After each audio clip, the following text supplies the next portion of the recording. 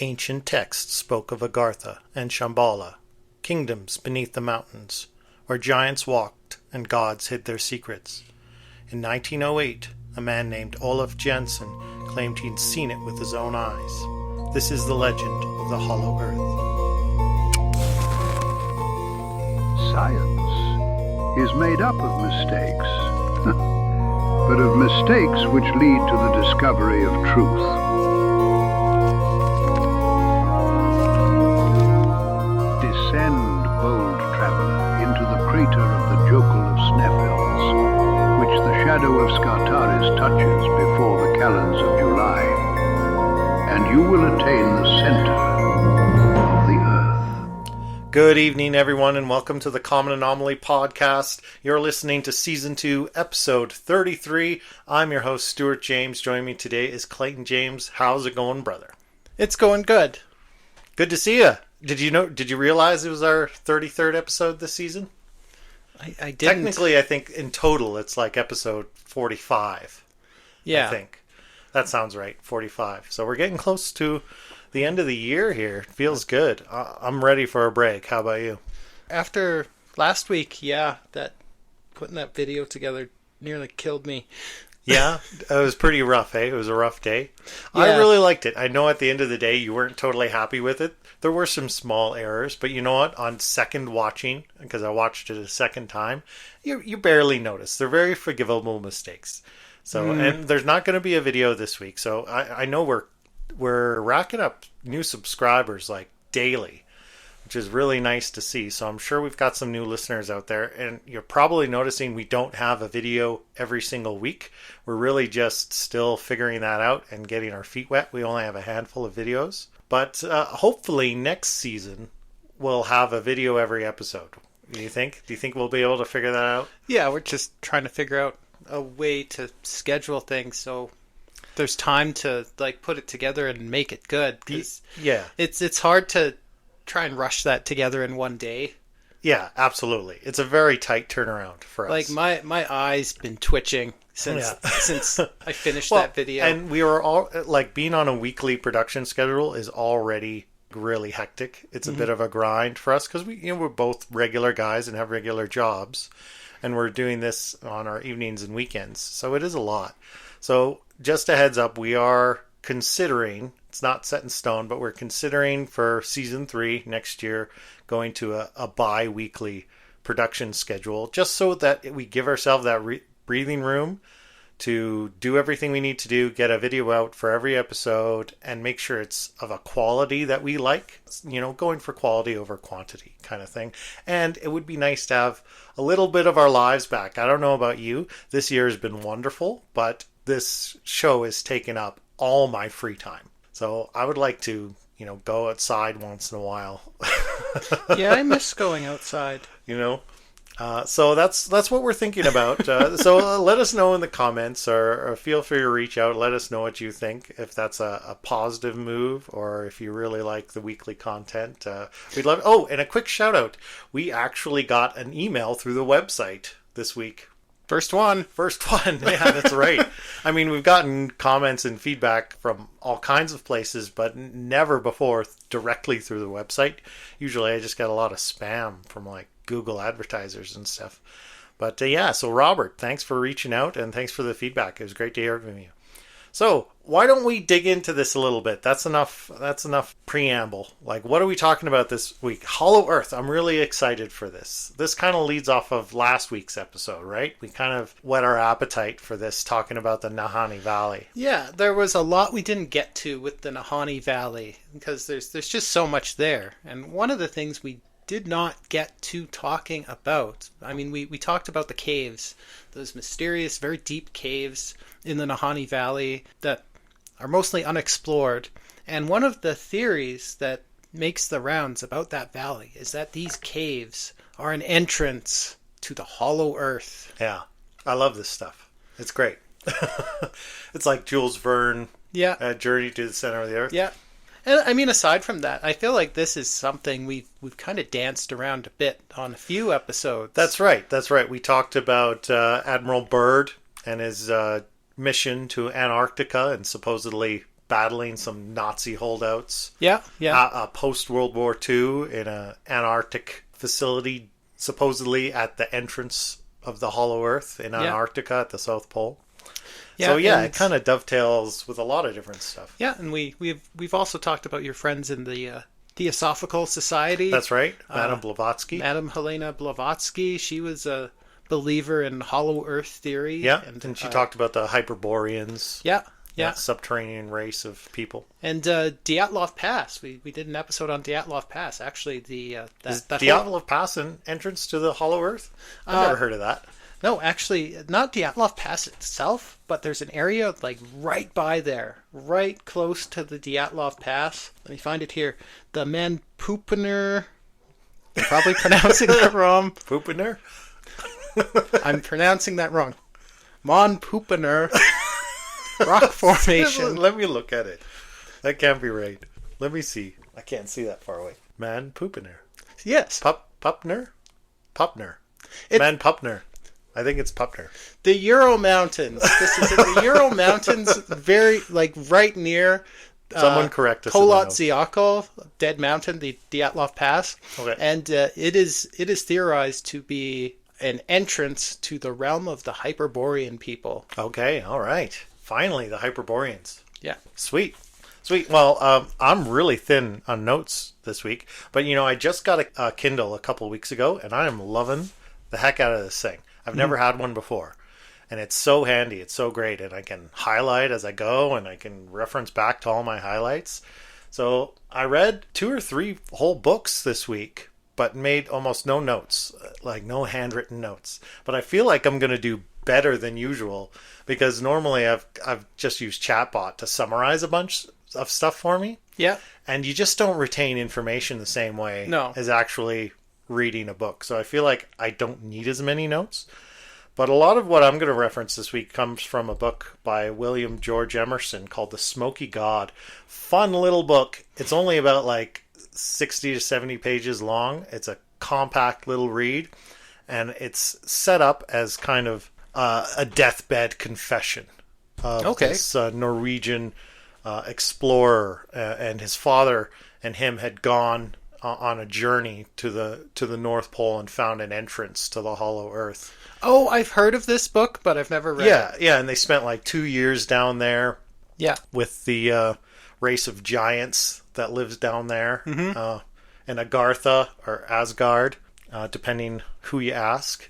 And it's a fun little read. It's a great little story. It's widely regarded as fiction, although it's presented as a real account. Yeah. But it's a good story, well told, and the Kindle edition is $0. So I'll link to that in the show notes. Great little book to pick up for free, to read for free if you've got a Kindle. Yeah, let's get into it. Okay. Well, where do you want to start? I know you kind of went a lot into more ancient accounts, didn't you? What do you mean by ancient? I mean, mythology. Like Agharta and Shambhala and Asgard? Yeah. Yeah, well, I mean, that's referenced in this book, mostly due to this character that's presented, Olaf Jansen, and his father's belief, he believed in the old gods. He believed in Odin and Thor. And this race of giants they meet in the Hollow Earth, they call their realm Asgard, and they seem to be kind of Aryan Norwegian descent, but they're giants. They're 15 feet tall. Yeah. They've got super advanced technology, and so it's very much coming from that belief system. But I mean, if you're just looking at the argument of does the Hollow Earth exist, a lot of people will think of that as very foolish, and for good reason. It's right up there with the flat earthers. Mm-hmm. I would say it's just slightly less ridiculous than flat Earth for a lot of people, but the legend of a Hollow Earth is very enduring through history. Yeah. Almost every people on every continent have some legend about a subterranean world in one form of another. Yeah. Inhabited by gods or a race of superior beings with superior technology that are usually long-lived, that live 800 years long. Yeah. And so it's fascinating because On one hand, you can write it off because our modern scientific understanding of geology says that's ridiculous, that can't exist. Mm-hmm. But there's also plenty of examples. And I mean, there are good reasons why you could make the argument that the Earth cannot be a hollow void inside. And it's mainly earthquakes. When you look at how seismic activity travels through the Earth's crust, we kind of get this understanding that it's solid. There's molten magma. Yeah, it's seismic activity isn't going to propagate through like a hollow void. That's right. But I was reading this other book this week, and it was making a contradictory argument, but it sure did sound like a whole lot of nonsense gobbledygook to me. But I lean towards, okay, so let's suspend our disbelief a little bit, and just for argument's sake, imagine that we're not going to make an argument that the Earth is entirely hollow, but we do live on a very geologically active planet. The Earth's crust refreshes itself and cycles over, and we have plate tectonics. It's constantly moving and changing through time. And there are plenty of examples of massive cave structures and voids forming within the Earth's crust that could inhabit independent biospheres. And there's even examples of massive megalithic earthworks going back far into antiquity, of massive subterranean structures, like entire cities built underground. Well, a few examples. You got the hypogeum in Egypt. You've got it's going to kill me. I don't have a note on it. But we were going to talk about it on the Khafre episode. The massive library underground. It's like 5,000 rooms. Is it Hawartha? I don't recall. Whatever. And there's the catacombs in Paris. There's Cheyenne Mountain in modern context. Like, we build mega structures under the ground all the time. The Channel, even. Yeah. There's all kinds of examples of that. And there's naturally occurring giant cavities in the Earth's surface, magma blisters and things of the like, and lava tubes. Why couldn't you have something on like that undiscovered that's, say, the scale of a country or a continent? Exactly. Something a whole civilization could live within. Yes, and that's what I was driving towards. That, all of a sudden, you're well in the realm of possibility, if not plausibility. But, there was a time, not that long ago, in, the 1800s, where people did seriously believe, like a lot of our top scientists actually believed in this theory, the hollow earth theory. Yeah. Actually, one of the most prominent people who really pushed this idea was actually Edmund Halley. Or is it Halley? Halley's Comet or Potato. Comet. Yeah. He kind of based this on fluctuations in the Earth's magnetic field. Okay. And the fact that the North Magnetic Pole drifts through decades. It drifts. And he explained this by the Earth actually being made of these concentric shells, each with their own magnetic field, and spinning at a different rate. And he used that to explain, the drift in the North Magnetic Pole. And this was seriously believed by a lot of people. We didn't have modern seismology back then to detect earthquakes and detect the propagation of seismic waves. Yeah. So this was very seriously believed. And even all through the 1800s and into the 1900s, a lot of people believed this. Probably the guy who's the most famous for popularizing this was a fellow named John Cleves Sims Jr. All right. And he's a fascinating character. So he was born into a really prominent family. His uncle, who he was named after, was actually a member of the Continental Congress. Okay. This John Cleves Sims Jr., he joined the military. He fought in the War of 1812. He rose to the rank of captain. After he left the military, he opened up a trading post in St. Louis. So he became quite wealthy doing this. Yeah. Guy with nothing but money and time. And he became very interested in geology and climate and exploration. Yeah. He wasn't trained in any of these fields, but he became very interested, almost obsessed, you could say. And on April 10th, 1818, he sent out this declaration. He printed hundreds of these pamphlets, which he paid for himself, which couldn't have been cheap back in those days. Yeah. And he sent them off to members of Congress, universities, prominent scientists, military officers, newspapers, prominent explorers of the time, and even foreign embassies. And I have a copy of this declaration here. To all the world, I declare the earth is hollow and habitable within, containing a number of solid concentric spheres, one within the other, and that it is open at the poles, 12 or 16 degrees. I pledge my life in support of this truth, and am ready to explore the hollow, if the world will support and aid me in the undertaking.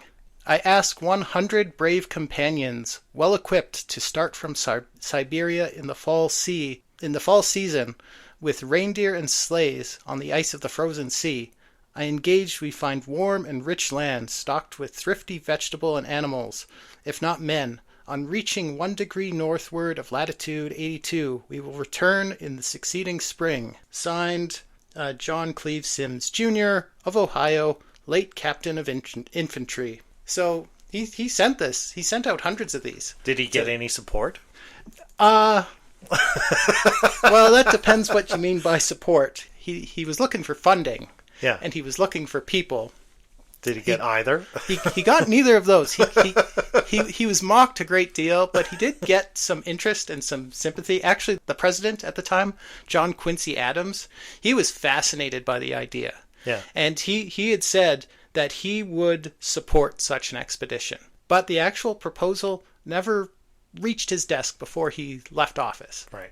Wow. Andrew Jackson had no interest in this. Yeah, that's too bad. Can you imagine if history, just went a little differently and that was something that actually happened and the U.S. government funded an expedition to the Hollow Earth? Yeah. To find Agharta or Shambhala. Well, he did actually get a little bit of sympathy from the government. In 1820, this congressman from Ohio, his name was Richard Johnson, he actually introduced a bill to fund this expedition. Yeah? He said, I'm introducing a bill to fund an expedition to the polar regions to ascertain the verity of Captain Sims' theory of concentric spheres. Bill unfortunately died in committee. Oh.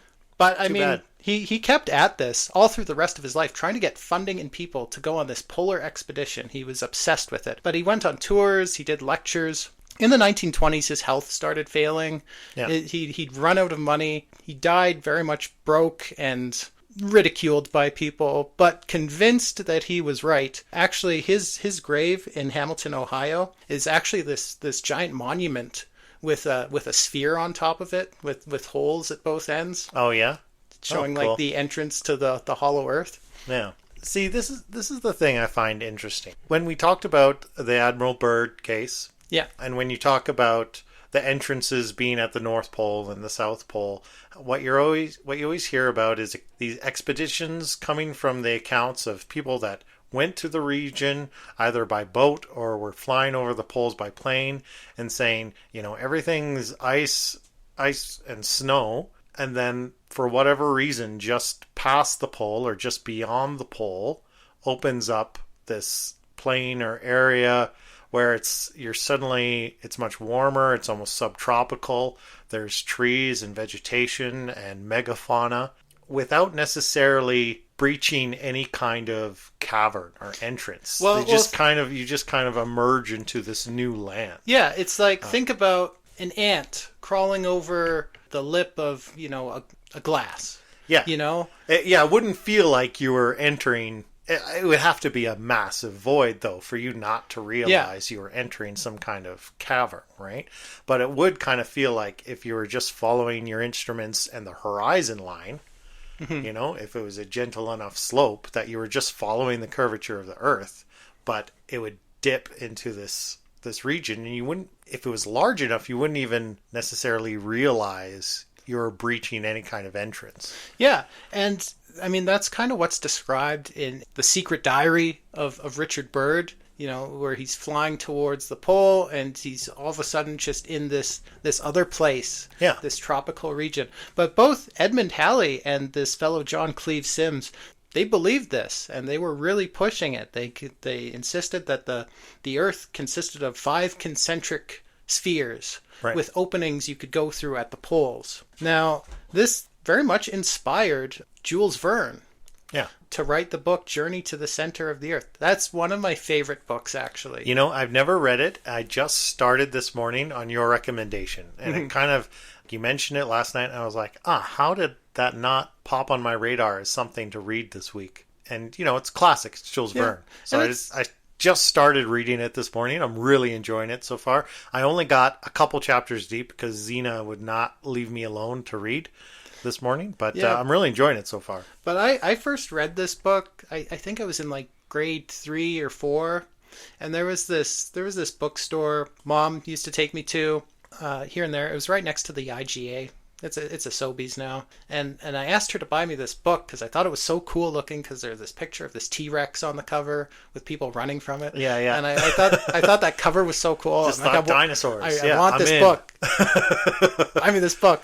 So in grade 3 or 4, that was actually a really difficult read. Oh, absolutely. It would be. It's written in this very flowery Victorian era language, but I was so insistent on finishing this book. Like I was reading it and I kept having to run to a dictionary to look up what this word meant. But I did make it through the book, and I've reread it, you know, every few years. I just love it. So actually talking about this book got me all nostalgic. I was like, I wonder if that bookstore's still there. Right. I looked it up on a map. It's a marijuana store now. Oh, yeah, yeah. It's like called like Value every Buds third or something. store. Yeah.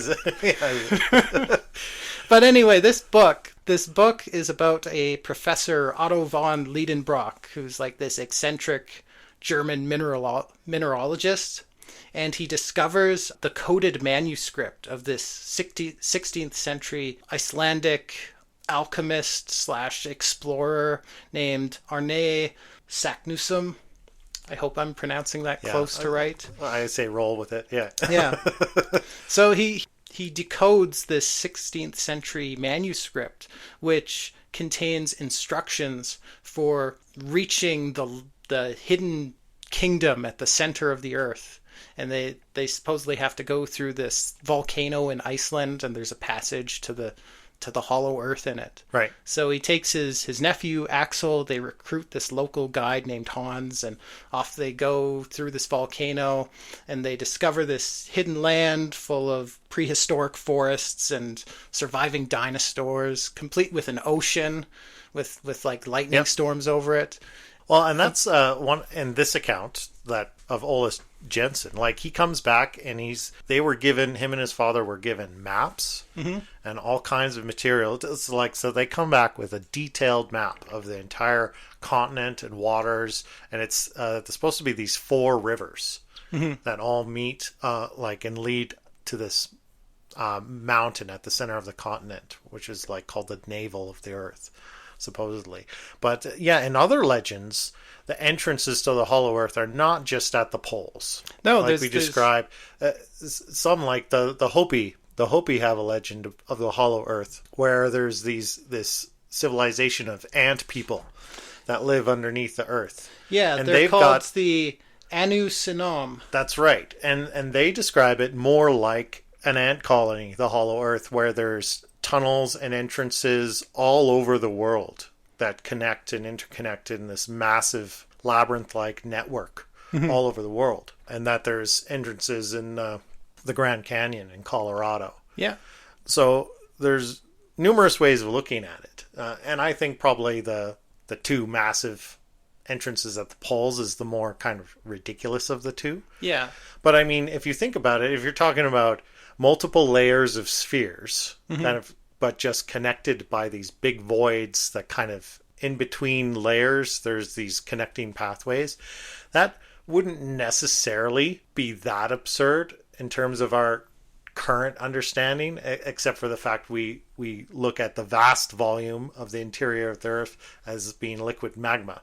Yeah. But there are chunks that are supposed to be solid, like there's supposed to be a solid layer of iron, encompassing the main core. But if you look at any modern depiction of the interior of the Earth, as modern science understands it, it's like 4 or 5 layers of, increasing thickness, and often with a super hot core of iron, liquid iron, that's almost as hot as the sun.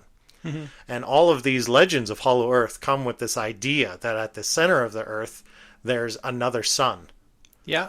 Right? So the understandings do kind of overlap in a conceptual way at some point. Or what do you think? Am I straying in to explain here? So it's interesting that you brought up the Hopi, because living very near to the Hopi are the Navajo people. Yeah. Actually, very similar legends about underground people. But you'll remember I talked about the Navajo very briefly in our last episode. Yeah. We were talking about the Nahanni Valley, theorized entrance to the Hollow Earth. And yeah, we talked as them being descendants of the Mountain Dene or the Naha. Yeah, the Naha. Yes, Yeah. thank you. So the Navajo, actually, interestingly enough, the Navajo is not a self-given name. That's not what the Navajo call themselves. The Navajo actually call themselves the Dene. Oh, really? In the Navajo language and the Dene language, I talked about how they have similar languages. Yeah. The word Dene just means the people. Right. So the Navajo call themselves the Dene. Now, part of the Navajo's creation myth involves these beings called the Diin Dene, or the holy people, who were guided upward through the earth through 3 previous worlds, which were all underground. And they were guided upwards through these 3 previous worlds to the surface, and they were guided by creatures they called the Nahuka Dene, or insect people. And there were various different kinds of Nahuka Dene. There was the bee people, the ant people, the dragonfly people, the spider people, and so on. Yeah. And they were led through the first world, or the black world, the second, or blue world, the third, or yellow world, onto the fourth, glittering surface world. Right. Now, it's interesting that these holy people that were led into the fourth world, the Diin Dene, they emerged into this fourth world in the region of the Grand Canyon, the Colorado River, Right. which is another theorized entrance to the Hollow Earth, just like the Nahanni Valley. Right. And we talk about the lost tribe of the Naha. That's right. And they just suddenly disappeared. Yeah. So maybe there's a pathway, a tunnel system leading from the Nahanni Valley to Colorado. Yeah, maybe these Diin Dene are actually the Mountain Dene, or Naha people that vanished from the Nahanni Valley. Oh, cool. I like that. But it's interesting. Let's just go ahead and label that fact. But I found that story so interesting because it talks about this layered world consisting of 1, 2, 3, 4 layers. Yeah. Right? That is exactly what Edmund Halley and John Cleave Sims Jr. described. They described an inner layer and then 4 concentric shells around it. That's exactly what they described. Cool. Nice work. Nice connections. Yeah, I like that. On one hand, this always happens to me when we're working on the show, is there's an idea that just kind of sounds totally absurd on the face. Yeah. But then when you really start digging into it, you find all these little interesting coincidences and little bits of evidence that fit together. Yeah. And you can really start going, oh, maybe it's not so crazy. Again, I defer to maybe it's not the most extreme version, but surely, do you happen to know what the volume of the Earth is? I did not come I'm putting prepared you on with the that spot. information. Maybe you should pause to Google it. Anyway, it doesn't matter. We'll put Okay. it in the show notes. But it's immense, right? Yeah. It's immense in the extreme. It's hard to conceptualize, but surely there's enough room for these subterranean worlds to exist. You know? Yeah. So even the crust of the Earth, that is estimated to be, on average, 35,000 meters thick. It kind of varies between 6,000 meters and 70,000 meters. The duggest human beings have ever drilled down into the crust was the Kola super deep borehole in Russia, which drilled to a depth of just over 12,000 meters. Okay. I don't know if you know this story. There was actually it's a complete hoax, but it became really popular in the 80s. This Christian radio broadcaster actually claimed that when the Russians dug this hole, they lowered a microphone down into the hole and they recorded the sounds of hell Oh, yeah. in this hole. That recording actually exists out on the internet. Yeah? I mean, it was later discovered to be like a combination of like sound effects and clips Right. from movies Oh, and yeah, stuff. But yeah, it became a very popular conspiracy theory at the time. That's fun. That's fun. I've got it here. The volume of the Earth is approximately 1.083 times 10 to the 12 cubic kilometers. That's 260 billion cubic miles. Huge. Surely there's enough room for a few dinosaurs in there. Is all I'm saying. Yeah. And some mammoths. Yeah. And a race of Hyperborean giants. Yeah, the kingdom of Agharta. Or is it Agharta? That's supposedly down Agharta there. or Asgarta Yeah. or just Asgard. Well, that whole idea of Agharta, that's supposedly where Admiral Byrd went. He talks about this land he went to being called Agharta. Yeah. And that whole idea started with this 19th century French occultist named, I'm going to butcher this, Alexandre Saint something, Alexandre Saint-Yves d'Alvendre. I Nicely can't, done. I can't pronounce French names. I'm sorry. You know what? It's okay. I'm working, just as a mini tangent, I'm working on another short because I knew we weren't going to have a video for this week. It won't be ready this week, but it dovetails really nicely with the content of the episode. It's another kind of subterranean Earth story. And I tried to record the audio for it yesterday. I finally finished the script yesterday afternoon, and I wanted to start recording, but it's got all these Russian names and place locations and terminology, and I got so frustrated trying to record it that I just had to stop and walk away from it and just say screw it, I'll come back to this later because I'm so tongue-tied with all these Russian words. But anyway, go ahead. Anyway, this French occultist, he's the one who first started writing about this kingdom of Agharta, and that throughout the years that kind of got conflated with the kind of Tibetan Buddhist idea of Shambhala, a hidden underground kingdom of enlightened beings. Yeah. The entrance to which is supposedly in the Himalayan mountains. Yeah. You know, That's right. by another antecedent river. Yeah. You notice these antecedent rivers keep coming up? All these entrances to the hollow earth we keep talking about. And that would make sense, right? Because the whole idea, as you put it on last episode with an antecedent river, is it kind of defies the plate tectonics geology. Yeah. And that the river is the most ancient feature on the land in that case, because it's just too powerful of a water flow for the plate tectonics to keep up with it. So it kind of carves through the landscape. So especially if any of these antecedent rivers are fed from subterranean water sources, like springs, like in the Nahanni, maybe those are even, there's like aquatic entrances into the underworld oceans. And the interesting thing I found with a lot of these supposed entrances to the hollow earth, the Nahanni Valley, the Grand Canyon, the Yangtze River, and the Indus River, they are all known for having magnetic anomalies.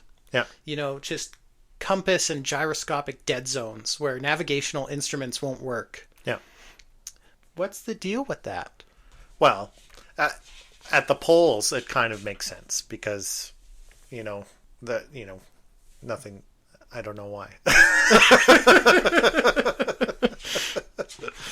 I'm not a Scientologist. What do you expect from me? Well, I know you're not a Scientologist. I'm not a but mathematologist, are you a scientist? I'm none of those things. Okay. Well, Anyway, I'm glad you're not. I don't know why the instruments I'm glad don't you're work. not a Scientologist. Is it the quartz? Is it the quartz? I don't know. What were we talking about again? Completely off track. Anyway, the hollow earth. Interesting theory. Many different variations on it, actually. There's another interesting character I want to talk about named Cyrus Reed Teed, who was... Okay, a lot of interesting names on this episode. Yeah. So Cyrus Reed Teed, he was a doctor in the 1800s. Bit of a failed doctor. Yeah, he was in New Jersey, and he kind of dabbled in alchemy and herbalism, also early forms of electroshock therapy. Oh, okay. His practices usually failed. But he kept at it. One day in 1869, he accidentally shocked himself. And he had a vision of this female divine being who revealed to him that he was the Messiah.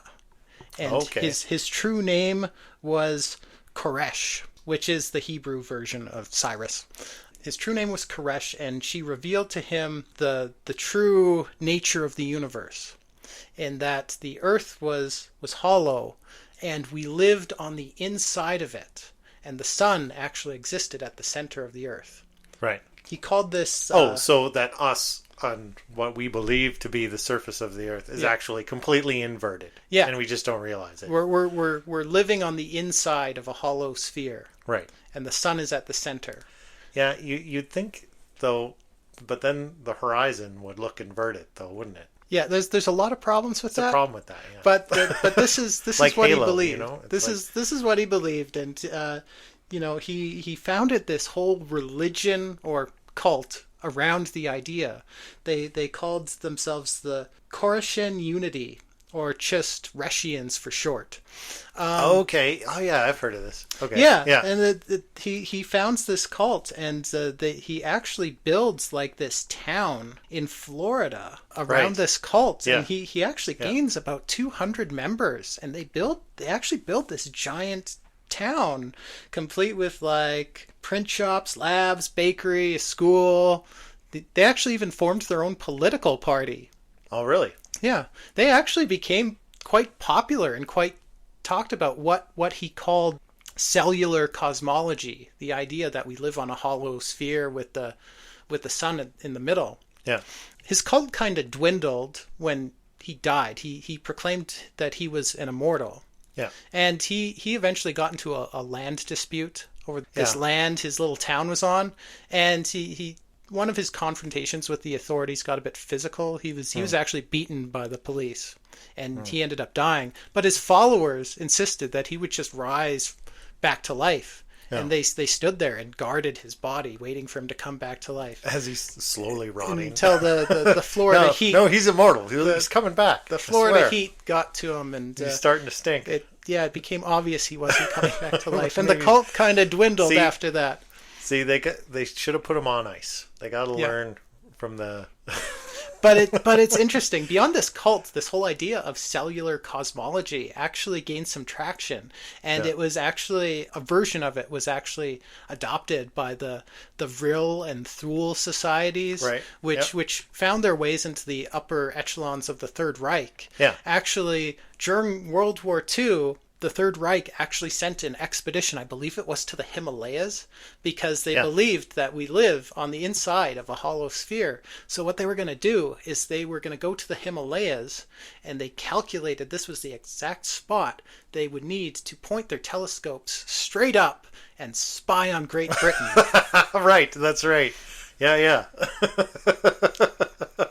I'm guessing it didn't work. It didn't work. It's probably too cloudy that day.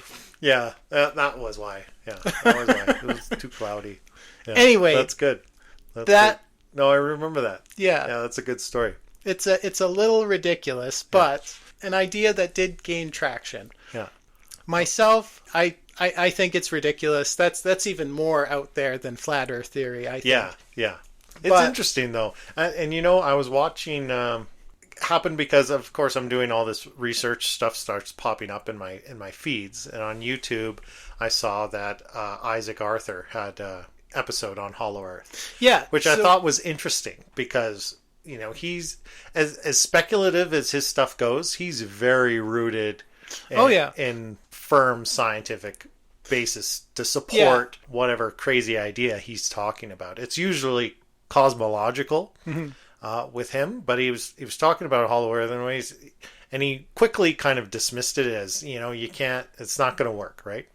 Well, it's not going to work. But what he did speculate and kind of prove with his calculus and maths is that you could build, because he talks about megastructures in space a lot. Yeah, he's got a whole series, like Dyson spheres, right? Yeah. So if you can build a Dyson sphere, why not a Hollow Earth, right? You just have to imagine that the civilization was of sufficient level of technology to build such a thing as a Dyson sphere, then you could have a Hollow Earth. Or you could have an Earth like we know it and simply build layers on top of the surface of the Earth in multiple layers and still maintain the correct level of gravity. Whatever, he did a really great job of explaining it. So I watched that video, and what he says is you could actually build something that, were we living upon it, it would be pretty convincing that it was solid. Yeah. Even with our modern science, if it was constructed. Yeah. There's no reason you can't do it. But of course, you of have course, to... such a task is just monumental in scope. Yeah. Right? So, in theory, we can't exactly definitively disprove hollow Earth theory. Yeah. Concentric spheres, exactly as, Halley and but Sims described them. What if this is just the top surface of such a megawork? Yeah. If the moon's artificial, why couldn't the Earth be artificial? Right? Oh, is that going to be our next episode? Who built the moon? I have a chapter of this other book. What is it? Uranus is hollow. Oh, pardon me. I have Uranus. no words. Uranus. No words. This other book, what was it? Let me look it up for a second. I didn't like it very much. I'm sorry to say. This other book I read this week, but anyway, I'll put it in the show notes. But it basically read like a book version of the Ancient Aliens TV show. Yeah. From the History Channel, which I'm sure a lot of people know. I actually love that show.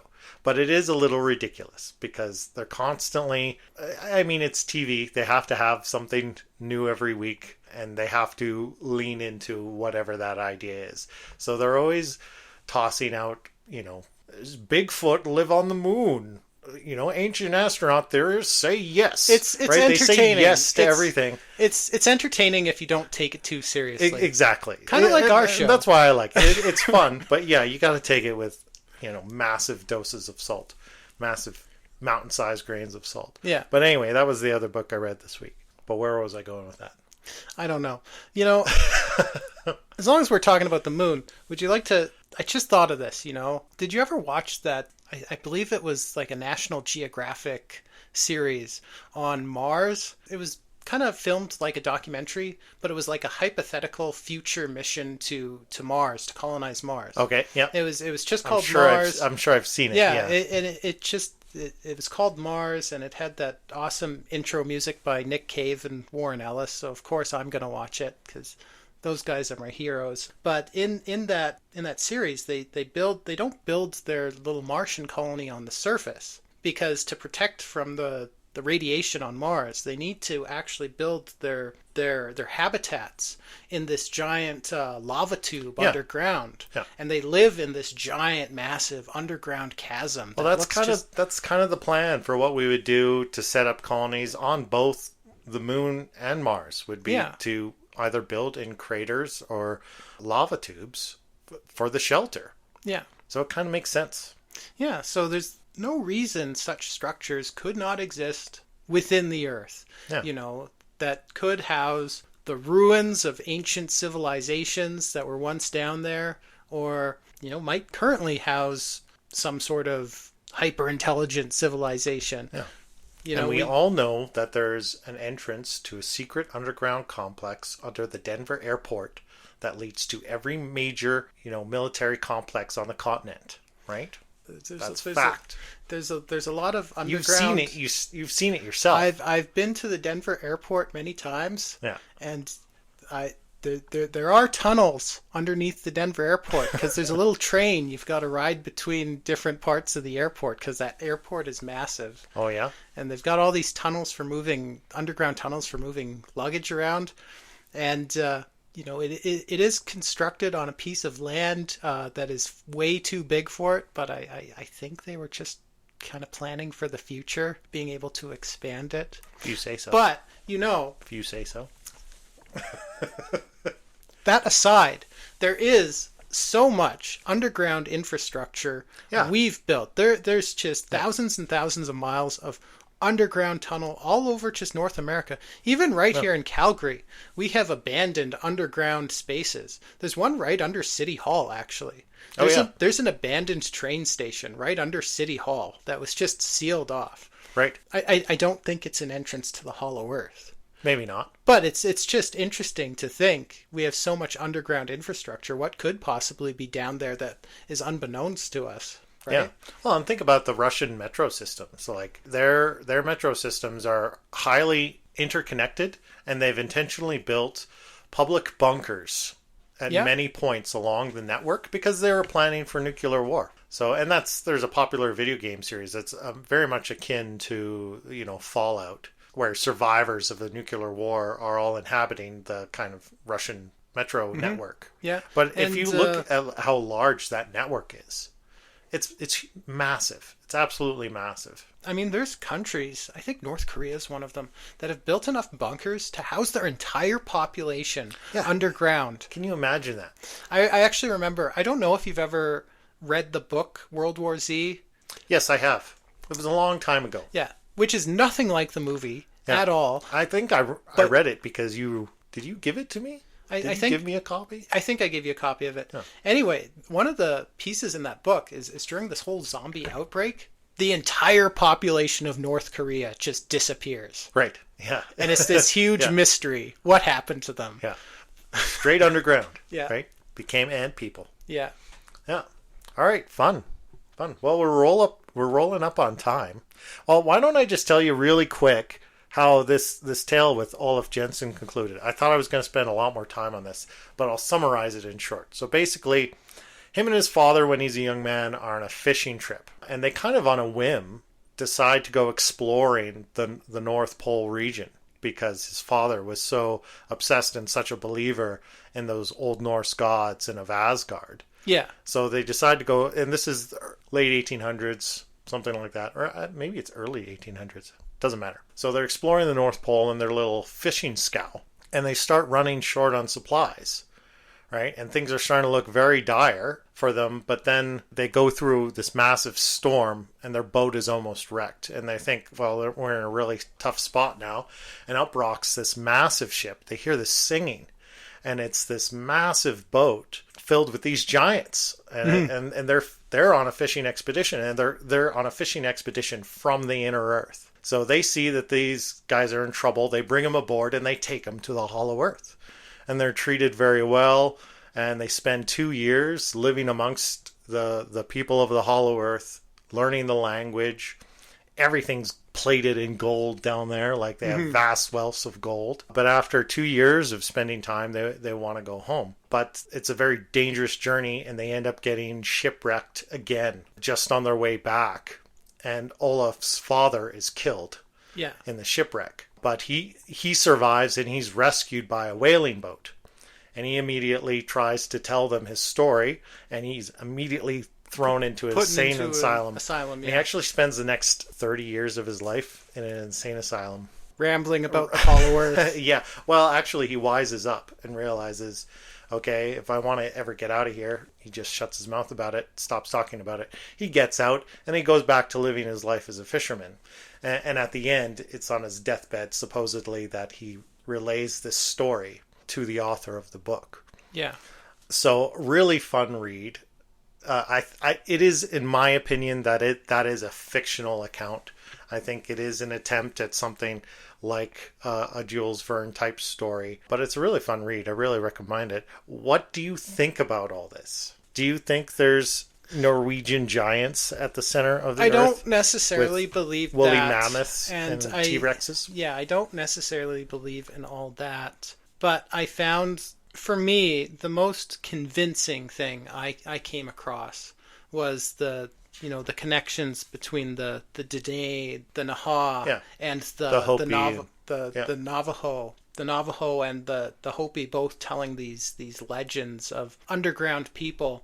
I just found the whole Navajo creation myth about these 4 previous worlds, or 3 previous worlds, we're on the 4th one. The 3 previous ones being underground and them being led through these worlds from somewhere else. Right. And I found that the most compelling and convincing. Could the Naha have disappeared into some underground passage in the Nahanni Valley and traveled all the way to the Colorado River in the United States? I found that very compelling. It's very convincing. Yeah, I think there could be something to it, for sure. And I for sure think there could be something to definitely subterranean megaworks that house little pockets, detachments from human civilization that have taken their own path. Yeah. Become something quite different from us on the surface through living in a subterranean world. And I also kind of look at the legends as kind of a spiritual allegories. Yeah. For looking within yourself and exploring the inner world in terms of that cosmological outlook of as above, so below, that plays into so much of the occult and esoteric thinking. Mm-hmm. It just has connections in that realm as well. Yeah. If you want to look at it that way in terms of myth and metaphor. But anyway, fun ride. We're at an hour. I just wanted to say that I think for myself, what makes this whole theory so compelling to me is I just think back on first reading Journey to the Center of the Earth, and it was just it gave me such a sense of wonder reading that book as a child, and I think that's part of what makes this theory so captivating for people, because we live in an age, as of not that long ago, where pretty much all of the Earth has been mapped and charted and explored and to a large degree claimed.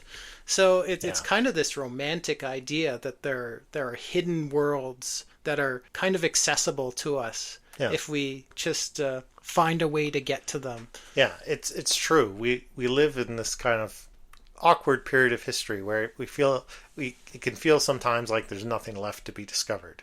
Yeah. But it is important to realize that there is still a lot of unknowns out there. Like, even if you just look at our oceans. Mm-hmm. Like, we know so little about what's going on in our oceans. We're just not capable of exploring those depths the same way as we can on land, right? Who knows what kind of things are buried below the just below the surface, And I think that's part of what makes it such a romantic idea, the hollow earth, is it's something you could in theory do. I could set out tomorrow and you could just start digging in your backyard. I could go all like into the wild and backpack through the Nahanni Valley and find some entrance to some hidden kingdom beneath find the some earth. Cave full of gold and like a Yeti. Yeah. Yeah. It's kind of a romantic idea, Space travel is not accessible to a lot of people. Diving into the ocean in some sort of submersible isn't really an accessible thing for a lot of people. Yeah. But I've got hiking boots, I've got a backpack. I'm going to go find the hollow earth. It's a romantic idea. Yeah, I get it for sure. All right. A lot of fun. So I think that's about it. I think we can wrap it up. Really fun, kind of rambling. I think we kept it kind of a little shooting from the hip this week, a little scattershot. But it was fun. It's such a fun, light topic. It felt really good. Especially, our last couple episodes, we've done some pretty heavy stuff. It's been kind of a couple of heavy stories, right? Some dark stuff. And this was a nice, light, fun one. I really enjoyed this. So I hope everyone's in the same mood and enjoying this as much as we are and having a great weekend. But we'll leave it there and say good night. Good night.